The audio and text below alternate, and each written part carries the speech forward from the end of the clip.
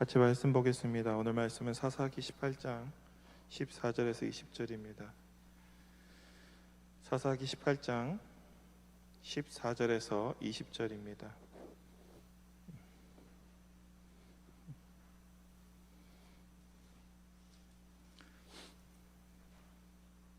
제가 봉독하겠습니다. 전에 라이스 땅을 정탐하러 갔던 5사람이 그 형제들에게 말하여 이르되 이 집에 에봇과 드라빔과 새긴 우상과 부어 만든 신상이 있는 줄을 너희가 아느냐? 그런즉 이제 너희는 마땅히 행할 것을 생각하라 하고 5사람이 그쪽으로 향하여 그 청년 레위 사람의 집 곧 미가의 집에 이르러 그에게 문안하고 단자손 600명은 무기를 지니고 문 입구에 서니라. 그 땅을 정탐하러 갔던 5사람이 그리로 들어가서 새긴 신상과 에봇과 드라빔과 부어 만든 신상을 가져갈 때에 그 제사장은 무기를 지닌 600명과 함께 문 입구에 섰더니 그 5사람이 미가의 집에 들어가서 그 새긴 신상과 에봇과 드라빔과 부어 만든 신상을 가지고 나오매 그 제사장이 그들에게 묻되 너희가 무엇을 하느냐 하니 그들이 그에게 이르되 잠잠하라. 내 손을 입에 대라. 우리와 함께 가서 우리의 아버지와 제사장이 되라. 내가 한 사람의 집에 제사장이 되는 것과 이스라엘의 한 지파 한 족속의 제사장이 되는 것 중에서 어느 것이 낫겠느냐 하는지라. 그 제사장이 마음에 기뻐하여 에봇과 드라빔과 새긴 우상을 받아가지고 그 백성 가운데로 들어가니라. 아멘. 네, 오늘은 배신과 힘의 시대라는 제목으로 하나님 말씀 증거하겠습니다. 건우 형제니? 안녕하세요. 사사시대, 오늘 사사시대의 이스라엘을 한마디로 요약하면은 자신의 이익에 따라서 쉽게 배신하고 힘이 곧 법이며 질서인 사회였습니다. 이 부분에 대해서 사사기의 기자는 왕이 없어서 사람들이 자기의 소견에 따라 옳은 대로 행동했다고 기록합니다. 이 부분에는 2가지 의미가 있습니다. 앞으로 왕정으로 나아갈 것을 예견하는 말씀이기도 하지만 실제로는 하나님을 자신들의 왕으로 여기지 않았다는 것을 의미하기도 합니다. 하나님께서는 모세를 통해서 이미 법을 주셨지만 그들은 그 법을 자신들의 법으로 인정하고 받아들이지 않았습니다. 그렇게 그들은 자신들의 욕망이 이끄는 대로 살아갔습니다. 그것을 정당화하고 부추기는 것이 바로 우상숭배였습니다. 다른 신을 섬기는 것이 우상숭배라고들 하는데 우상숭배의 본질은 다른 곳에 있습니다. 우상숭배는 개인의 욕망을 합리화하는 기반을 만들어주기 때문에 우상숭배가 위험한 것입니다. 개인들은 각자의 필요에 따라 자신들이 원하는 신을 골라서 믿고 그에 따라 자신에게 유리한 법을 적용하면서 살아갑니다. 일반적으로 우상들은 개인의 욕망을 극대화하는 것을 선하다고 하는 것에 초점이 맞춰져 있기 때문에 결국 이 우상 숭배는 사회를 무질서의 도가니로 돌입하게 만드는 것입니다. 욕망의 극대화라는 질서만 남은 사회가 되고 맙니다. 그런 시대가 곧 어떤 시대냐? 배신과 힘의 시대인 것입니다. 포스트 아포칼립스, 제가 좋아하는 장르인데 포스트 아포칼립스 중에서도 뉴클리어 아포칼립스라고 들어보셨습니까? 핵전쟁 이후의 시대를 이야기하는 것 중에 무질서한 사회를 그렸던, 여러분들은 매드맥스 보셨습니까? 모르시죠? 예. 매드맥스를 혹시나 아실지 모르겠지만 저의 그 핵전쟁 이후의 모습은 북두해건입니다. 북두해건 짤 중에 유명한 너는 이미 죽어있다. 다들 모르시나요? 내가 인터넷을 끊어야겠다. 큰일 났네. 그래서 힘이 법인 시대, 그것을 잘 그리고 있습니다. 나중에 심심하실 때, 지금 코로나라 심심하시다 그러시는데 북두해건을 한번 보십시오. 북두해건, 너는 이미 죽어있다. 힘이 없는 사람은 그냥 막 뽑혀 죽습니다. 매드맥스도 그렇죠. 힘이 있는 자에게, 힘인지 있는 자가 자기 마음대로 하는 그런 시대. 자신의 욕망을 이루기 위해서 배신도 매운 새우깡 먹듯이 쉬운 시대가 바로 사사시대입니다. 우리가 이전에 함께 본 16장까지 사사시대의 사사들의 이야기를 담고 있는데, 사사기 16장은 사사시대의 사사들의 이야기를 담고 있는데, 이 이야기의 핵심은 사사들을 통한 이스라엘의 통치가 실패했다는 것을 보여주는 대목이고요. 그들은 가나안 7족에 버금가는 수준의 죄악에 빠진 통제 불능의 이스라엘의 모습을 통해서 그것이 바로 그 증거라고 보여줍니다. 이제 17장부터는 발음이 안 되네.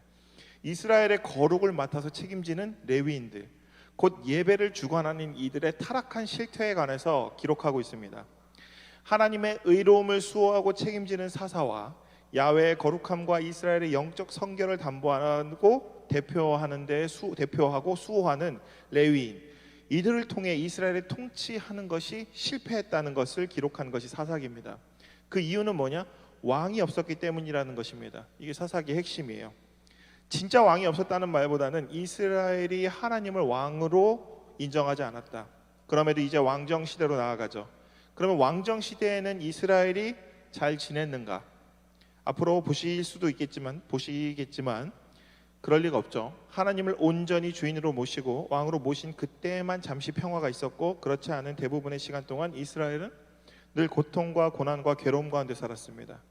지금이랑 마찬가지죠. 있어도 괴롭죠. 없어도 괴롭고, 늘 괴롭고, 항상 괴롭고. 왜냐하면 왜 우리의 괴로운 그 원인이 뭐라고 생각하십니까? 괴로움의 원인, 우리의 결핍의 원인은 어디 있을 것 같습니까? 대부분 타인에 있습니다. 우리의 결핍의 원인은 타인으로부터 시작됩니다. 타인으로부터 생겨나는 결핍, 거기서 해방되는 방법이 하나님입니다. 이웃을 사랑하고 하나님 사랑하고, 사랑하기 위해서 겸손해지고 낮아지고 나보다 남을 낮게 여기고 타인을 인정하는 마음, 사람을 사랑하되 생명까지 내어줄 정도로 사랑하는 것. 그런데 우리는 그렇지 않죠. 타인을 넘어서려는 마음이 모든 것에 앞서고 있습니다. 그렇기 때문에 우리의 괴로움이 끝나지 않습니다. 우리의 괴로움은 옆에 있는 사람 때문에 괴로운 것입니다. 교회에서 타인과 혹은 다른 교회, 누군가와의 경쟁을 자꾸 부추기는 행위와 말씀이 어딘가에서 선포되고 있다면 그 말씀은 거짓말입니다. 하나님 말씀이 아니에요. 1등 해라라는 말씀이 교회에서 선포되고 있으면은 그 1등 하라는 말의 핵심적인 그 내용을 봐야 됩니다. 1등 하라는 말이 뭡니까? 다 짓밟고 올라서서 네가 다 차지하라고, 독식하라는 뜻입니다. 1등 하라는 말은 엄청나게 폭력적이며 악한 말입니다. 그 악한 말 속에 뭐가 있냐면은 상대방과 비교해서 내가 그 정점에 쓰라는 뜻인데, 거기서 쓰지 못하면 어떻게 합니까? 다 열패감을 느끼고 그 안에서 열등감을 느끼고 그것이 모두 상처가 되어서 다시 되돌아옵니다. 그래갖고 맨날 우리가 엎드려서 기도하는 게 뭡니까? 1등하게 해주세요, 부자 되게 해주세요, 땅을 사게 해주시고, 그런 기도밖에 안 나오는 겁니다. 그것 자체가 조장되는 것이 사사시대였습니다. 하나님을 믿고 타인의 것을 존중하고 그들을 사랑하고 그들을 인정하고 그들을 나보다 낮게 여기고 겸손히 생각하고 형제를 위해서 우리가 생명까지 버릴 정도로 사랑하면 문제가 없는데 그러질 못하죠. 여러분들은 이 땅에서 1등을 목표로 살지 마시고 참된 그리스도인을 목표로 살기를 기원합니다. 사람과 비교하지 마시고요, 옆에 있는 친구와 비교하지 마시고, 결혼해서 잘 먹고 잘 사는, 아직은 없겠지만 옛날엔 나보다 못 살았는데 남편 잘 만나서 잘 사는 친구라든가, 부인을 잘 만나서 인생 잘 풀리는 친구라든가, 그런 걸 보면서 부러워하지 마십시오. 우리는 사람하고 비교하면 평생 괴롭습니다. 아무리 많이 가져도 괴롭습니다. 왜냐하면 어떤 사람이든 나보다 무언가 더 가지고 있을 가능성이 크기 때문입니다. 내가 완전 천재가 돼서 모든 것을 다 소유하고 있지 않는 이상 우리는 늘 마음속에 상대방에 대해서 열등의식을 느낍니다. 그래서 우리의 거울은 뭐냐? 예수님입니다. 예수님을 내 거울로 생각하며 우리가 비교해야 될 대상은 딱 예수님입니다. 예수님처럼 살아가는 것, 그것이 바로 제자입니다. 오늘 우리의 신흥의 청년들은 사람을 비교하지 않고 예수님을 나의 거울로 삼아 그리스도인의 길을 걷기를 간절히 기원합니다. 그래서 오늘 보는 말씀과 다음 주에 보는 말씀은 당시 레위인들의 모습인데, 첫 번째가 미가의 집 제사장 이야기가 나옵니다. 둘째는 레위인 첩사건입니다. 이게 뭐냐면 이 당시 미가의 집 제사장은 돈에 팔려 다니는 사유화된 제사장의 이야기와, 그리고 레위인 첩사건은 권력을 가진 레위인이 얼마나 큰 악을 행할 수 있는지, 지금도 나오고 있죠. 권력을 가지고 있는 종교인이 앞에 나서서 얼마나 큰 악을 행하고 있는지를 우리는 이 시대에 경험하고 있습니다. 먼저 오늘은 사유화된 레위인을 통해서 배신과 힘의 시대였던 사사를 함께 우리가 볼 겁니다. 미가의 집에서 미가가 자기 어머니의 돈을 훔칩니다. 횡령했습니다. 이거 양심의 가책을 느껴서 어머니한테 그 돈을 돌려줍니다. 이게 미가 이야기가 17장에 나오는데, 이때 미가의 어머니는 아들하고 그 돈 때문에 싸우겠습니까? 아들 용서해주고 그 돌려받은 은으로 아들을 위해 하나님께 돌려드리겠다고, 아들이 죄를 용서해달라고, 그리고 우리 가정이 평안하게 해달라고 하나님께 이 예물을 바치겠다고 하면서 그 은으로 뭘 만드냐면은 신상을 만듭니다. 우상을 만듭니다. 미가가 만든 이 신상을 미가는 어떻게 하냐면 자기 집에 신당에다, 집집마다 신당이 있었나 봅니다. 집에 신당에 놓고, 이 신당이 있으니까 뭐가 필요하죠? 예배드릴 제사장이 필요합니다. 자기 아들 중에 하나를 에봇과 드라빔 제사장의 복식을 입히고 그를 제사장으로 세웁니다. 그리고 나오는 말씀이 뭐냐면 왕이 없으므로 사람마다 자기 소견에 옳은 대로 행하였더라. 이 사건이 참 심각한 문제입니다. 뭐냐면 하나님께 복받기를 원한다면서 하나님이 가장 싫어하는 것, 거룩한 예물로 하나님 앞에 복받기를 원한다면서 교회에다가 불상을 가지고 온 겁니다. 예물로 황금 불상을 가지고 왔어요. 황금 두꺼비를 가져온 겁니다. 말이 안 되는 거죠. 성경에서 하나님이 제일 싫어하는 첫 번째 계명이 나 외에 다른 신을 섬기지 말라 그랬는데 상을 만들어서 다른 신상을 만들어서 하나님 앞에 예물로 가져온 겁니다. 거기에 더해서 그 우상을 섬기기 위해서 우상을 어떤 공동체, 그 당시에는 공동체에 예배드리는 게 중요했었는데 뭐라고 하냐면 우상을 자기네 집 신당에다 모셔놓고 예배를 드렸습니다. 그리고 하나님이 정해놓은 제사장만 예배드릴 수 있는데 자기 마음대로 자기 아들한테 제사장을 세우고 하나님의 맛을 완전히 위배하면서 자기 마음대로 했던 것입니다. 이 말은 뭐냐면 대놓고 하나님을 모욕한 행동입니다. 이런 일이 이 시대에도 없을 것 같습니까? 똑같은 일은 계속 반복되고 있습니다. 하나님이 원하는 걸 안 가져오고 내가 주고 싶은 걸 가져오죠. 그런데 그들은 그런 것을 전혀 알지 못하고 생각도 하지 않았습니다. 자기들 마음대로 행하는 겁니다. 내가 좋아하니까 하나님도 좋아하겠지. 하나님은 모든 것을 통해서 모든 것을 하나하나 모세를 통해 기록해 놓습니다. 그런데 그들은 그런 것에 대해서 관심 없습니다. 하나님이 이래요. 내가 좋아하는 거는 나는 저는 어류를 잘 못 먹습니다. 난 날고기를 별로 좋아하지 않아. 나는 육고기를 좋아해. 이렇게 하나님이 일부러 이렇게 써놨어요. 나 이거 좋아한다고 다 써놨는데 그거를 하나도 지키지 않은 겁니다. 그래서 후에 미가는 좀 있어요. 그러면서 자기 마음대로 자기 하고 싶은 대로 자기가 원하는 방식대로 한 겁니다. 후에 미가는 아들을 제사장으로 세우는 게 좀 아쉬웠던지 그는 자기 지역에서 나그네로 살던 레위인에게 찾아가서 레위 소년에게 찾아가서 연봉과 대우를 제시하고 그를 데리고 와서 자기 집 제사장으로 세웁니다. 어디서 많이 본 모양이죠.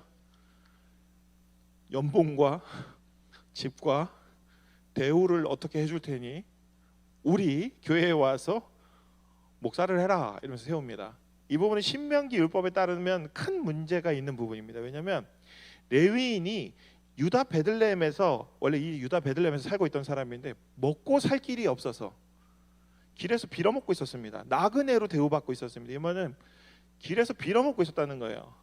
레위인은 원래 어떤 존재냐면은 하나님께서 하나님을 분깃으로 해서 그 당시에 12지파에서 나머지 지파들은 다 땅을 분배받았는데 레위인은 어떻게 했냐면 너희는 예배를 드리기 위해서 선택받은 민족이니까 그러니까 지파니까 너희는 예배 위주로 드리고 그 예배 때 나오는 그 봉헌물 중에 너희 몫을 띄워줄 테니 그 목 가지고 너희는 먹고 살아라 그랬습니다. 그러면 이 무슨 말이냐면은 레위인이 예배를 안 드리고 있다는 건 그 당시 사람들이 예배를 안 드렸다는 거고 예배도 안 드렸고 예배를 안 드리니까 뭐죠? 봉헌물이 없으니까 레위인들이 먹고 살 게 없는 겁니다. 그러니까 레위인들이 다 먹고 살 데가 없고 예배도 안 드리고 하니까 그 레위인들이 어떻게 되냐면 길에서 빌어먹고 있는 겁니다. 그 상황이 있었던 거예요. 벌써 여기서부터 이 사사시대의 근본적인 잘못된 부분을 보여주고 있죠. 예배를 드리지 않는 시대였던 겁니다. 레위인들이 먹고 살 게 없어서 빌어먹고 있는 시대였습니다. 그런 상황에 또 뭐냐면 이 레위인 공동체의 목회자로 공동체의 예배를 집례하는 제사장으로 불러놨던 레위인은 어떻게 했냐면 개인 집에 돈을 주고 고용한 것입니다. 그러면서 자신의 집만을 위해서 예배드리게 했다는 것입니다. 미가가 뭐냐면 원래 이 분깃을 하나님께 바쳐진 것을 띄어서 레위인에게 줘야 되는데 미가가 어떻게 하냐면 내 돈을 주는 겁니다. 그리고 어떻게 누구 내 집을 위해서? 내 집을 위해서 빌라고 예배를 드리라고 한 겁니다. 그럼 누가 하나님이죠? 미가의 집이 하나님이 된 겁니다. 미가의 집을 위해서 예배 드리는 거 아닙니까? 신을 위해서 예배 드리지만 그리고 그 사람한테 연봉 주는 사람이 누구죠? 미가가 연봉을 주는 겁니다. 그럼 뭐죠? 하나님이 주는 게 아니고 미가가 연봉을 주는 거기 때문에 그래서 여러분들 잘 생각해야 됩니다.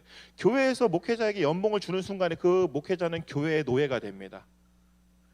그렇게 생각하시면 안 돼요. 나중에 여러분들이 장로가 되고 하여튼 중직자가 되면은 우리 교회에서 목사님에게 연봉을 얼마 드립니다라는 식으로 얘기하면은 하나님한테 벌 받습니다. 연봉을 얼마 주는 게 아닙니다. 내가 주는 게 아니고 교회가 주는 게 아닙니다. 하나님이 주신다고 생각해야 됩니다. 그러면 그 뭐냐? 여러분들이 드린 예물은 여러분이 교회에다 바치는 게 아니고, 교회를 크게 하기 위해서 바치는 게 아니고 하나님께 바치는 겁니다. 이 부분에 대해서 명확한 그런 개념이 없이 자꾸 살게 되면 뭐냐면 사사시대처럼 됩니다. 사사시대처럼. 이제 계속 나올 거예요. 어떻게 사사시대처럼 되는지. 이 빌어먹던 미가가 이 빌어먹던 레위인을 불러다가 연봉 협상을 한 후에 자신의 집 제사장으로 세웁니다. 레위인은 우상을 섬기는 일이지만 그에게 그런 일이 그렇게 중요한 건 아니었어요. 이렇게 된다는 겁니다. 연봉 많이 주면 하나님께 예배 드려도 상관없고, 절에서 예불 드려도 상관없고, 아무 때나 가도 상관없는 거예요. 저기 통일교 가서 아무나 섬겨, 통일교 가도 되고 이만희 섬겨도 되고 아무나 해도 되는 겁니다. 연봉만 높으면 그냥 가는 거예요. 연봉만 많이 주면, 연봉 주고 대우만 주면 가는 겁니다. 당장 일자리가 생겼거든요. 난 길에서 아무것도 못하고 빌어먹고 있었단 말이에요. 근데 갑자기 내 일자리가 생겼어. 그리고 좋은 옷도 해준대, 집도 챙겨주고 1년 연봉도 해주고. 그럼 이제 앞으로 안정적인 생활을 할 수 있네? 그러면 아무 때나 가는 겁니다. 그래서 왠지 이걸 보니까 내 자신 스스로 내가 혹시 이런 처지에 있는 것은 아닌가, 빌어먹는 레위인은 아닌가라고 스스로 한번 막 고민을 하고 있었어요. 이 레위 소년이, 그래도 이게 중요합니다. 빌어먹더라도 이게 중요해요. 빌어먹다는 말이 말씀대로, 이거 빌어먹는다는 말 성경적인 말입니다. 시편에 나와요. 말씀대로 살았다면 그는 예배 자리에서 신상을 치웠을 것이고, 집안을 위해서 예배 드리는 것이 아니라 그 자기에게 지금 현재 주어진 자리에서 공동체를 위해서 예배 드려야 된다라고 주인을 권면했을 겁니다. 그 레위인은 자신이 배운 제사법으로 예배 드리는 법으로 그 신상을 위해서 예배 드리지 않을 거예요. 이런 겁니다. 이단이나 사이비가 저에게 연봉 많이 주면서 우리 교회에 들어와서 예배를 드려주시오라고 얘기했는데, 그는 돈만 많이 주면 어디든 가지요라고 얘기한 거죠. 그러니까 이 당시의 레위인은 전문직입니다. 혹시 여러분들도 착각하시면, 이게 뭐냐면 이게 여러분들의 영적인 생활과 그리고 뭐냐면 목회자들의 질을 제대로 된 공급을 받고 싶다면 레위인을 전문직으로 만들면 안 됩니다. 예배 예식 전문가로 만들어 버리면 안 돼요. 당시 예배 의식은 대부분 비슷해서 호환 가능했습니다. 놀라운 사실은 불교에서 요즘에 참불가를 부릅니다. 불교 방송 틀어보면은 거기도 성가대 같은 게 있습니다. 파트를 불러서 노래를 부릅니다. 호환 가능하게 됐습니다. AMD와 인텔이 호환이 안 되는데 이상하게 요즘에 종교들은 웬만하면 호환되게 생겼습니다. 그리고 우리가 아는 모든 이단과 기독교는 호환이 됩니다. 그러니까 갈아타는 겁니다. 유혹을 합니다. 작은 교회에 이게 목회를 하는데 잘 안 되는 목사님한테 가가지고 신천지에서 우리가 얼마 정도 밀어줄 테니, 당신 목회를 밀어줄 테니 우리 쪽으로 넘어와라. 그러면 답답하다가 넘어가기도 합니다. 그게 바로 지금 오늘날에도 있는 거고, 이 사사시대에 그랬다는 겁니다. 그 미가는 하나님과 이스라엘 공동체의 제사장을 개인 사유화했다는 것입니다. 이제 레위 소년은 미가의 집에서 연봉 받으면서 그 집의 제사장으로 더 이상 이제 길에서 자지 않아도 돼요. 빌어먹지 않아도 되고요. 그렇게 레위 소년은 미가의 집 제사장으로 잘 지내고 있었습니다. 이제 여기서부터 문제입니다. 어느 날 단지파의 정탐꾼이 와서 정탐꾼을 만나는데 운명과 같은 만남이죠. 운명과 같은 만남입니다. 중소기업이 있었는데 대기업으로 점프할 기회가 온 겁니다. 단지파의 정탐꾼들은 미가의 집에 레위 소년이 예배드리는 소리를 들었습니다. 그들은 앞으로 자신들의 정탐이 성공할지 실패할지를 알고 싶어서 이 레위인들을 만나서 묻기 위해 미가의 집에 머물게 됩니다. 그리고 레위 소년에게 세 가지를 묻습니다. 누가 당신을 이 집으로 인도했는가? 당신은 여기서 뭐합니까? 왜 당신이 여기 있습니까? 이렇게 질문의 의도가 처음에는 희미하게 느껴요. 근데 레위 소년은, 제가 이렇게 누가 질문하면 잘 이렇게 핵심을 잘 못 잡아요. 그래서 회의 중에도 가끔 이렇게 무슨 회의를 하고 있으면 뭔 말인지 모를 때가 있어요. 제가 약간 이렇게 분위기 파악을 못하고 그럴 때가 있는데, 오늘 레위 소년은 명확하게 파악하면 똑똑한 사람이에요. 미가가 와서 이렇게 얘기합니다. 미가라는 사람이 와서 나와 연봉 협상을 한 후에 나는 그 집에 고용되어 이곳에서 제사장으로 지내고 있습니다. 이게 뭐냐면, 내가 지금 이 사람이 물어보는 게 나를 스카우트하러 왔다는 사실을 은연중에 알고 지금 자신이 어떤 처지인지 설명해 주는 거예요. 헤드헌팅하러 온 거죠. 질문에서 희미했던 단지파 사람들의 의도가 레위인의 답을 통해서, 이 레위 소년을 통해서 알게 됩니다.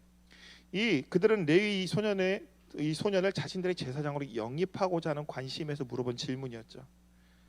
그래서 다시 원래 목적으로 돌아가 이 소년한테 물어봅니다. 이 레위 제사장한테 청하건대 우리를 위해 하나님께 물어보아서 우리가 가는 길이 형통할는지 우리에게 알게 하라. 이 중요합니다. 레위 소년이 뭐라냐면 평안히 가라. 너희가 가는 길은 여호와 앞에 있느니라. 근데 이 말이 맞을까요? 이 레위는 누굴 섬겼죠? 우상을 섬겼습니다. 그리고 이 레위는 제대로 된 사람입니까? 잘못된 사람입니다. 잘못된 사람이 한 말이 제대로 된 말일까요? 잘못된 말입니다. 근데 오늘 여기서 단지파는 정탐하러 갑니다. 용기를 내서 그 말에 하나님의 응답으로 받고, 그리고 갔는데 어떤 땅을 만나냐면 엄청 좋은 땅을 만납니다. 어떤 땅이냐면은 그 지방에 사는 사람들이 전쟁을 모르는, 싸움을 전혀 할 줄 모르는, 아주 평화롭게 잘 농사지으며 오손도손 행복하게 살고 정말 하나님이 보기에도 하나님 나라처럼 잘 살고 있는 땅을 발견했습니다. 내가 지금 당장 칼 들고 가면은 저 땅을 저 사람들 다 죽이고 뺏을 수 있는 아주 쉬운 땅을 얻었습니다. 자, 그러면 이게 하나님께서 그들에게 허락한 땅일까요? 아니죠.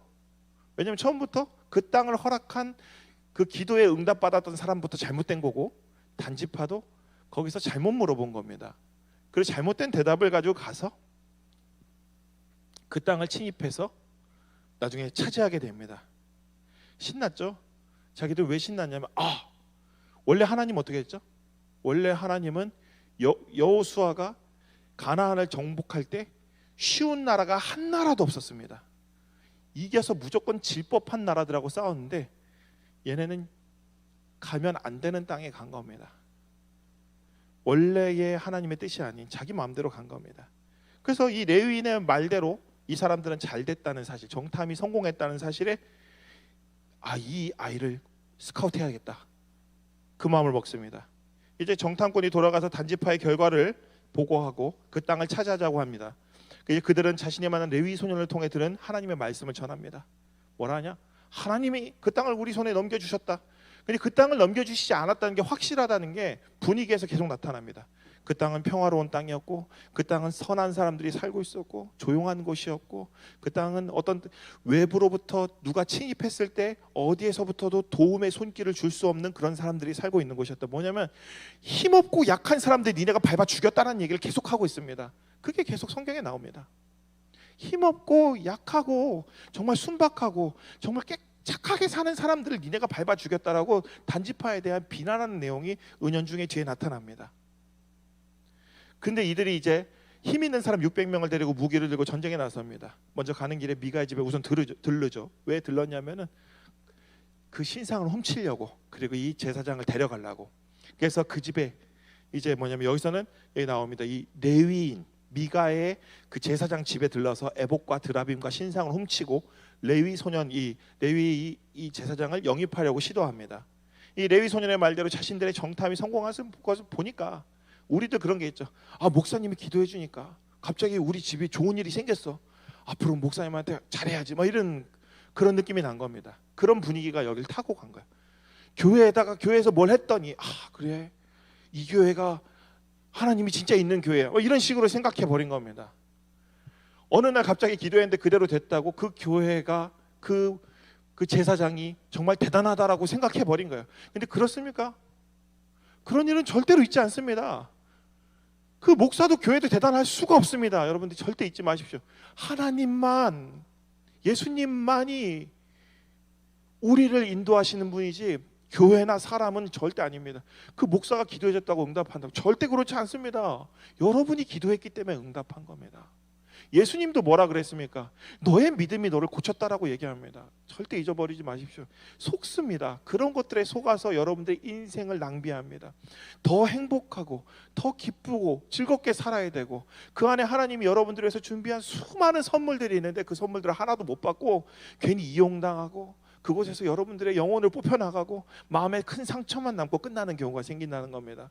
조심해야 됩니다. 절대 그렇지 않습니다. 그래서 여기서 이제 나오죠. 그 단지파 사람들도 그렇게 생각했다. 그 당시 분위기가 그랬다는 겁니다. 배신은 기본이고, 힘은, 그리고 또 그렇게 사는 사람들, 자기 마음대로 생각하는 사람들은 역시 자기 마음대로 생각합니다. 이 제사장이 능력이 있구나. 이 제사장이 기도하니까 좀 되는데? 이렇게 생각한 겁니다. 그래서 이 레위인에게 그들이 얘기하죠. 잠잠하라. 우리와 함께 가서 우리 아버지와 제사장이 되라. 우리 아버지와 우리 가문의 제사장이 되라. 내가 한 사람 집의 제사장이 되는 것과 이스라엘 한 지파의 족속의 제사장이 되는 것 중에 어느 것이 낫느냐. 야, 100명 교회 담임 목사 할래? 1000명 교회 담임 목사 할래? 물어보는 겁니다. 야, 연봉이 2배, 3배는 차이 난다. 어느 걸 선택할래? 라고 레위 소년에게 물어봤습니다. 그때 이 레위 소년, 이 레위 제사장 뭐라는지 아십니까? 고민하지 않습니다. 20절에 보면 그 제사장이 마음이 기뻐하여라고 얘기합니다. 마음이 기뻐하여 에봇과 드라빔과 새긴 우상과, 자기 것도 아니에요, 미가의 집 겁니다. 그 모든 집기를 챙겨가지고 그 백성 가운데로 들어가다 단지파 따라간 겁니다. 아주 신이 나서 단지파의 제사장이 될 것을 수락합니다. 이 일은 미가가 있었을 때 벌어진 일이 아니라 단지파가 몰래 들어와서 다 훔쳐간 겁니다. 그러니까 나중에 그 사실을 누가 알았냐면은 미가가 알게 돼요. 이 미가가 알게 돼서 나중에 따라옵니다.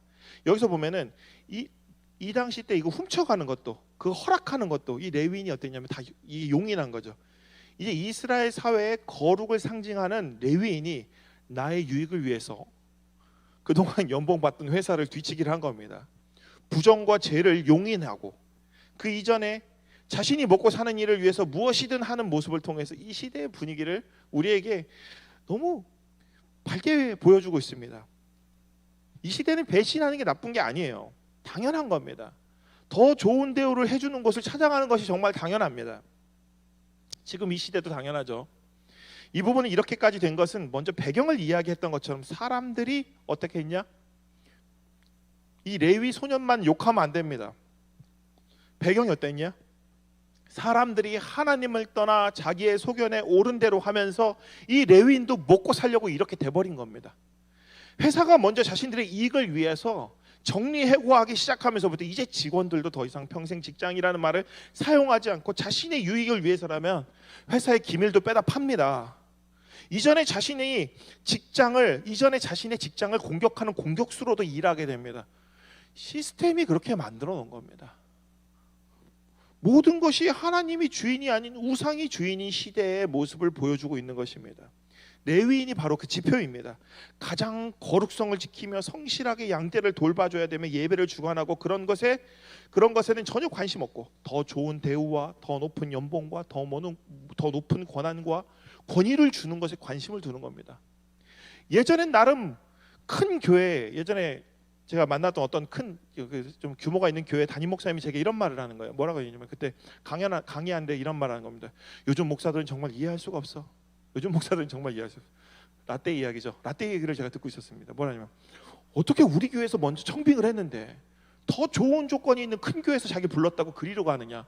그럼 목회자로서 사꾼이다라고 얘기하는 거야. 근데 이건 틀린 이야기입니다.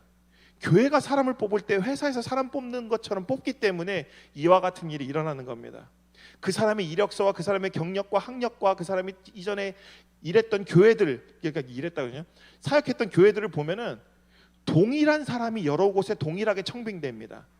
이걸 누가 만들었겠습니까? 시스템이 만들어 놓은 겁니다. 그 사람을 사꾼으로 만든 것이 뭐냐면 그 사람이 난 날 때부터 사꾼이었어. 나는 목사가 돼서 성공해서 돈 대딱 많이 벌어야지. 이게 그 사람의 꿈이 아니라 시스템에서 살아남기 위해서 어떻게든 뭐라고 하냐면 어떤 목사님이 차라리 사꾼이라도 되라. 받은 만큼이라도 일해라. 이런 얘기 할 정도로 시스템이 그렇게 만들어 버린 겁니다. 가끔 저도 이런 생각을 합니다. 역시 사람들이 대기업 하는구나. 나는 첫 단추를 잘못 끼웠구나. 이렇게 될 줄 알았으면 나도 요령 있게 남들처럼 때를 기다렸다가 큰 교회로 가는 건데. 그래서 후배들이 물어보면 저는 두 가지로 답해 줍니다. 현실적으로 말하면 웬만하면 큰 교회 가세요라고 얘기해요. 너가 제일 금값일 때 큰 교회 가서 사역해서 네 이력에다가 대형 교회 이름 정도 하나는 적어놔라. 그래야 네가 앞으로 사역하는 데 도움이 된다. 그런데 이제 진짜 믿음 있는 친구들이 있을까 봐 이런 얘기를 같이 덧붙입니다. 너 안에 명확한 확신과 하나님을 향한 신뢰가 있으면 어떤 상황 가운데서도 하나님 의지하고 살아가겠다는 믿음만 있으면 하나님께서 그에 따라 적당하게 인도해 주실 것이니까 소신 있게 하나님 부르심에 따라서 살아봐라. 대신 내가 책임을 지지 않는다. 큰 교회도 내가 책임을 지지 않지만 아무 교회 가도 책임지지 않죠. 근데 물어보면 그렇게 얘기해 줍니다. 웬만하면 큰 교회 이력서 하나 정도는 가지고 있어라. 안타깝지 않습니까? 여러분들도 그렇지 않습니까? 첫 번째 직장을 대형 그러니까 큰 회사 일해봐야 뭐라고 하냐면 큰 데서 일해보지 않은 사람은 자기네 생리를 모르기 때문에 시스템에 들어오지 못한답니다. 그 얘기를 듣고 있다가 어느 날 그래서 제가 나보다 잘하나 봤는데 저보다 못하더라고요. 그럼 상관없구나. 그렇지 않아요? 대기업에 들어갔다 여러분보다 훨씬 뛰어난 게 아닙니다. 그냥 대기업의 생리에 잘 맞고 눈치 잘 보고 분위기 잘 타고 적당한 때 적당하게 말하고 시키는 대로 묵묵히 잘하는 사람이 맞는 게 아닌가 이런 생각을 하게 됩니다. 뭐 그렇든 저렇든 그거는 저의 편견이고요. 편견을 버려야 됩니다. 하나님을 믿는 것이 아니고 시스템을 믿었던 겁니다. 그런 것에 현혹되어서 요즘 유행하는 것은 작은 교회의 담임 목사가 큰 교회 담임 목사로 나가는 경우가 종종 있습니다. 어떤 사람은 담임 목사만 세 번째 교회인 사람도 있어요. 그것이 현재 한국교회의 현 주소입니다. 당연하게 얘기해요. 뭐냐면 어느 교회에서 안정적으로 몇 년 이상 목회한 사람을 한 300명 정도에서 안정적이게 목회한 사람이 그래도 한 1000명 정도로 잘할 수 있다. 1000명에서 잘한 사람이 한 10,000명 정도 와서 잘할 수 있다. 그래서 경력자를 뽑습니다. 이거 무슨 시대? 사사시대에 아까 어떻게 했죠? 미가의 집에서 단집하러 갑니다. 그래서 어떤 담임 목사님은 분명히 그 교회 담임 목사님인데 매일 게시판 봅니다. 큰 교회로 점프할 수 없는지 보려고. 그래서 노예에서 정치도 하고 그런 것들을 보게 됩니다. 이거 잘라야 되는데. 일단 그냥 갑시다. 더 좋은 것이 있으면 뒤도 안 돌아봅니다. 기뻐서 떠나가는 것이 현재의 모습입니다. 이게 그러면 비단 교회의 문제냐? 그게 아니고 사회 전체적 분위기라는 겁니다. 사사시대의 분위기. 그 분위기의 교회도 벗어날 수가 없다는 거예요. 그러니까 그 사사시대가 어땠는지 보여주는 겁니다. 제일 거룩해야 되는 자리가 이미 거기까지 갔다는 것은 세상은 갈 때까지 갔다는 것을 보여주는 겁니다. 그래서 보면은 한 집안의 레위인이 아니라 고용된 레위인이 아니라 공동체의 레위인의 자리를 버리고 하여튼 그렇게 된 겁니다. 당시 제사장은 더 큰 공동체의 제사장이 되는 것이 목표가 되어버리는 시대가 온 겁니다.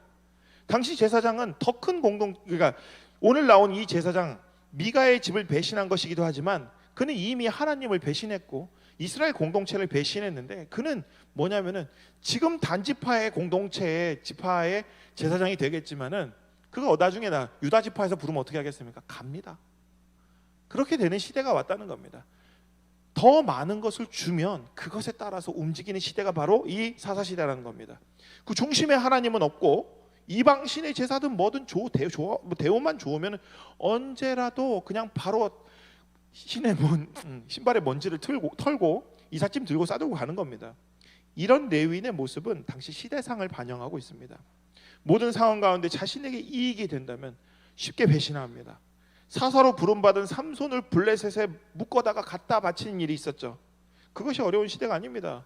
같은 민족을 거기다 일본에다가 갖다 바치고 그리고 같은 민족의 딸들을 일본에 성노예로 갖다 팝니다. 누가 팔았겠습니까? 일본 사람들이 한국에 와가지고 다 뒤져가지고 우리 어르신들 다 데려갔겠습니까? 그 중간에 일본 부역자들이 있습니다. 누가 팔았어요? 우리가 팔았습니다. 이건 참 잊어서는 안 됩니다. 그 어른들을 자꾸 일본이 잘못했는데 그 얘기가지고 시킨 놈이 무서운 놈이니까 어떻게 할 수밖에 없었겠지만 잊어서는 안 됩니다. 기뻐서 한 놈이 있습니다. 돈 더 준다고 오늘 미가처럼 기뻐서 더 높은 자리를 줄 테니 200명 잡아라 그러면 나가서 눈에 불을 켜고 200명을 잡아다가 바친 사람이 반드시 있습니다. 자신들의 이익이 되고 자신들의 도움이 된다면 그것이 사람의 생명이라도 상관없습니다. 이런 일은 오늘 나온 미가의 제사장의 일은 그 시대에 매우 우아한 일 중에 하나일 것입니다. 다음 주에 함께 볼 말씀은 그 시대의 극단적인 사건을 함께 보게 될 겁니다. 이 제사장은 그렇게 미가의 집을 배신하고 미가가 없을 때 미가의 집에 예배드리던 모든 것을 훔쳐가지고 단지파를 따릅니다. 그 사실을 나중에 알고 미가가 막 따라옵니다. 자신의 가족과 이웃들 데리고 야 이 도둑놈들아 이러면서 따라옵니다. 단지파를 추격합니다. 고함 지르면서 단지파를 추격하는데 단지파가 미가에게 뭐라고 얘기하냐면 이렇게 얘기합니다. 야 무슨 일로 그렇게 고함을 지르면서 날 따라오느냐? 미가가 대답합니다. 너희는 내가 만들어 섬기던 신을 빼앗고 웃기죠. 하나님이라고 얘기해놓고선 내가 만들어 섬기는 신이라고 얘기합니다. 사제까지도, 이 제사장까지도 데려가지 않았느냐. 내 것을 모조리 쓸어가면서 뻔뻔스럽게 어떻게 너는 무슨 일이라고 묻느냐 그랬더니 이 단지파 사람들이 뭐라 하냐면 어이없다는 듯이 이렇게 말합니다. 네 말은 더 듣고 싶지 않다. 이 사람들이 불끈하여 너희에게 달려들기만 하면은 내 일족은 다 죽일 것이다. 그러니까 뭐냐면은 죽고 싶지 않으면 당장 돌아가라 얘기하는 겁니다. 내 자를 죽고 싶냐? 이렇게 물어보는 겁니다.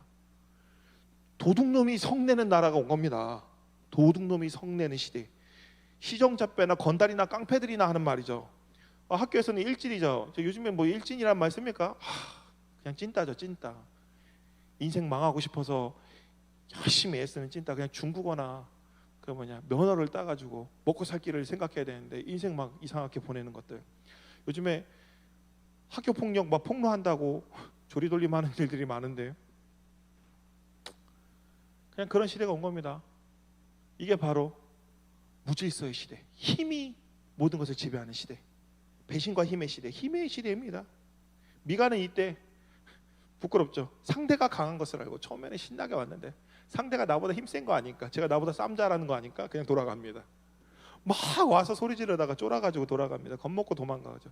패기당당하게 훔친 건 내라 이렇게 얘기했는데 훔쳐간 너희가 잘못했으니 돌려줘 라고 했다가 무서워서 겁먹고 다시 돌아옵니다. 훔쳐간 게 죄가 돼야 되는 시대인데 그 상황에서 내가 힘이 없으니까 죄가 되지 않는 것입니다. 유전무죄 무전유죄라는 말이 있죠. 유힘무죄 무힘유죄입니다. 학교에서도 마찬가지죠.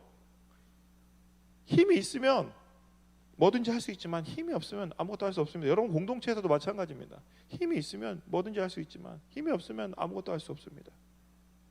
그냥 당하고 있어야 돼요. 힘이 없는 것이 억울한 시대, 힘의 시대. 제가 그래서 아까 고전이지만 북대권을 보라고 하는 게 북대권 좋습니다. 매드맥스 추천합니다. 근래에도 그런 이야기 많죠. 이세계물, 제가 이세계물 엄청 좋아하는데 힘이 없으면 당하고 살 수밖에 없기 때문에 그 힘이 없는 곳에서 당하지 말라고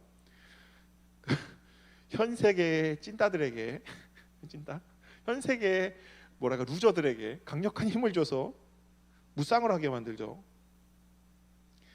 그런 창작물들이 많습니다. 좀 보셨으면 좋겠어요. 그 현실에서 그대로 반영되고 있는 이야기입니다. 힘이 모든 것을 주관하는 시대. 이는 왜 이게 발생하냐, 뭐라 그랬죠? 자기 소견대로, 왕이 없으므로 자기 소견에 옳은 대로 행동하기 때문에 이런 일이 벌어진 겁니다. 뭐냐면 하나님을 떠났기 때문에 발생하는 일입니다. 모두가 우상 숭배하기 때문에 생겨난 일입니다. 하나님을 떠나는 것 자체가 우상 숭배죠. 다른 신을 섬기는 게 문제가 아닙니다. 보통 다른 신을 안 섬기면 괜찮다고 생각해요. 교회만 다니면 괜찮아라고 생각하는데 그렇지 않습니다. 본질은 하나님을 섬기지 않고 하나님을 왕으로 모시지 않는 일로 이와 같은 일이 벌어진다는 겁니다. 교회에 왔다 갔다 한다고 그 사람이 이런 일을 안 한다는 게 아니에요. 배신과 힘의 시대, 오늘 우리가 살아가는 시대가 바로 그 시대입니다. 날마다 매스컴에 난리도 아니죠. 배신과 힘의 시대라는 걸 명확하게 보여주는 사건들이 연일 터지고 있습니다. 전 세계가 그렇습니다. 그 가운데 그래도 저는 가끔 소망을 봅니다. 하나님을 믿는다고 하면서 우상 숭배하는 가짜들 때문에 희망을 보는 게 아니라 이 시대에 이름 없는 그리스도인들이 있다는 겁니다. 이름 없는 그리스도인들, 예수를 모르지만 자기도 모르게 예수의 메시지를 사실상 받아들이고 실천하며 살아가는 사람들이 있습니다. 제가 한 말이 아니에요. 칼 라노라는 신학자가 한 말입니다. 그 안에 예수 그리스도의 정신이 살아 숨쉬는 사람들을 말합니다. 사사시대와 같이 하나님을 믿는다고 하면서 실제로 하나님을 믿지는 않고 자기의 욕망대로 사용하는 가짜와 배신이 판을 치고 힘이 모든 것을 지배하는 그런 시대에도 하나님은 살아계시고 예수님을 살아계신다는 것을 보여주는 그런 사람들, 이름 없는 그리스도인이 있다는 겁니다. 그를 통해서 역사 속에서 예수 그리스도께서 살아계시고 일하고 계신다는 겁니다. 예수의 이름을 가지고 장사하는 사기꾼들아, 너희가 예수를 믿는다고 거짓말하지 말아라. 말라기 1장 10절에서 11절까지 이런 말이 있죠. 만군의 여호와가 이르노라, 너희가 내 제단 위에 헛되이 불사르지 못하게 하기 위해서 너희 중에 성전 문을 닫을 자가 있었으면 좋겠도다. 내가 너희를 기뻐하지 아니하며 너희가 손으로 드리는 것을 받지 아니하리라. 만군의 여호와가 이르노라, 해 뜨는 곳에서부터 해 지는 곳까지 이방 민족 중에서 내 이름이 크게 될 것이라. 각처에서 내 이름을 위하여 분향하며 깨끗한 제물을 드리리다. 드리리니 이는 내 이름이 이방 민족 중에서 크게 될 것입니다. 예수의 이름을 알고 하나님의 이름을 알면서도 너희들은 개판치며 사는데 저쪽에서 예수를 모르는 이방인들 중에 그 중에서 하나님과 예수 그리스도를 예배하며 온전히 살고 있는 사람이 있을 것이다 라고 얘기하고 있는 겁니다. 이 시대에 예수의 이름을 팔아먹는 사사시대와 같은 시대입니다. 전광훈 같은 사기꾼이 주류가 되고 뉴라이트 같은 종교의 권력을 악용하는 것들이 당연한 그런 시대에 살고 있습니다. 그러나 교회 밖에 예수 그리스도의 정신이 살아 숨쉬는 곳이 있습니다. 그 중에 근래 BTS의 아미가 있죠. 충격적입니다. 그냥 팬덤인 줄 알았더니 아미가 인권을 위해서 싸우고 있습니다. 요즘에 인권을 위해서 제일 열심히 선방하면서 모금하고 싸우는 게 BTS의 아미입니다. K-팝 팬들입니다. 신기하죠. 그리고 제가 제일 존경하는 국경 없는 의사회와 국제 엠네스티입니다. 인권단체죠. 수많은 단체와 모임에서 하나님의 이름을 걸지 않습니다. 국제 엠네스티는 저한테 뭐라고 얘기했냐면, 저희는 한 종교에 치우치지 않고 종교랑 상관없이 사람의 인권을 위해서 사람의 인권을 위해서 우리는 일하는 행동하는 단체입니다라고 얘기하는 거예요. 저는 종교의 이름으로 어떤 것도 하지 않습니다라고 얘기합니다. 매우 중요한 것이었어요. 이게 저에겐 그때 그게 되게 충격이었습니다. 보통 뭐라고 하냐면 교회 다니시잖아요, 좋은 일 하셔야죠, 이런데 절대 그런 얘기 안 합니다. 종교와 상관없습니다. 사람의 인권은 중요합니다. 이슬람이든 어디서 어떤 다른 종교 사람이든 그 종교로나 그 사회적 시스템으로나 고통당하는 어떤 사람이 있다면 그 사람을 구해내는 것이 우리가 해야 될 일입니다라고 저에게 엄청 열정적으로 이야기하더라고요. 그곳에서 저는 예수님을 만났습니다. 예수님의 뜻을 행하는 사람이 있었습니다. 헤겔에 의하면은, 저는 세계 정신이라는 것, 헤겔에 의하면 세계 정신에 연결되어 하나님의 정신이죠. 하나님에 연결되어 하나님의 역사를 만들어가는 사람들이 있었던 것입니다. 예수님이 하신 말씀을 잊어서는 안 됩니다. 이름을 우리가 가지고 있다고 해서, 우리가 그 원리를 가지고 있다고 해서 우리가 하나님의 뜻을 행하고 있다는 착각하는 시대에 살면 안 됩니다. 예수님이 뭐라고 얘기했냐면 누가복음 3장 8절에 이렇게 얘기합니다. 그러므로 회개에 합당한 열매를 맺고 속으로 아브라함이 우리의 조상이라 말하지 말아라. 내가 너희에게 이르노니 하나님이 능히 이 돌들로도 아브라함의 자손이 되게 하리라. 니네가 예수를 믿는다고 이야기를 하지만, 니네들이 구원받았다고 착각을 하지만, 그런 식으로 생각하지 마. 이 돌들도 예수를 믿는다. 니네가 예수를 믿으면 이 돌도 예수 믿는다. 이 돌도 예수 믿게 만들 수 있다. 예수를 믿는다는 거짓말로 너희가 구원받을 거란 착각하지 말아라. 진짜 믿으면은 회개에 합당한 열매를 맺어라. 하나님은 예수의 이름을 모르는 자를 예수를 믿는 사람이 되게도 할 수 있다. 이렇게 얘기하시는 겁니다. 근래 진행 중인 미얀마 쿠데타 사건을 알고 계십니까? 미얀마 쿠데타에 대해서 관심 좀 가지고 계십니까? 민간인을 발포하고 벌써 수많은 사람이 목숨을 잃었죠. 광주에서 수많은 사람들이 죽어나갈 때 외면했던 한국교회가 지금도 마찬가지입니다. 아무런 성명도 내지 않아요. 사람들이 죽어가는데, 광주에서 그렇게 많은 사람들이 피 흘려 죽어갈 때 관심도 없었습니다. 한국교회는 지금도 외면하고 있습니다. 그런 생각이, 저도 가끔 이런 생각, 나는 사사시대의 레위 소년과 같은 그런 사람인가 보다, 빌어먹는 레위인인가 보다.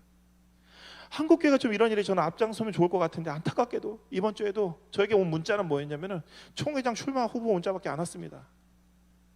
그 문자를 받을 때 전 절망감을 느낍니다. 이 사람도 단지파의 제사장이 되고 싶구나. 함께 미얀마를 위해서, 미얀마의 민주주의와 그들의 인권을 위해서 같이 기도하자고 하는 사람 한 명도 없었습니다. 군부 정권의 쿠데타가 실패하도록 기도하자고 하는 사람 한 명도 없었어요. 이런 문자를 받으면 저도 뭔가 한국교회 기독교인으로서 좀 자부심을 가질 것 같은데, 참 이 시대에 목회자로서 좀 뭔가 잘 살았다고 생각할 것 같은데 없는 겁니다. 되도 안 되는 일에 기대도 걸지 않으려고 하지만, 그래서 저는 이 생각을 했어요. 우리 신흥교회부터 하자. 우리 신흥 청년들부터 하자. 우리부터 기도했으면 좋겠습니다. 예수의 이름으로 구원받는다고 오기는 그런 댕청이들이 아니라 예수의 이름으로 회개에 합당한 열매를 삶은 증명하는 이 시대의 소망이 되는 그리스도인이 되어야 되겠습니다. 우리 미얀마를 응원합니다.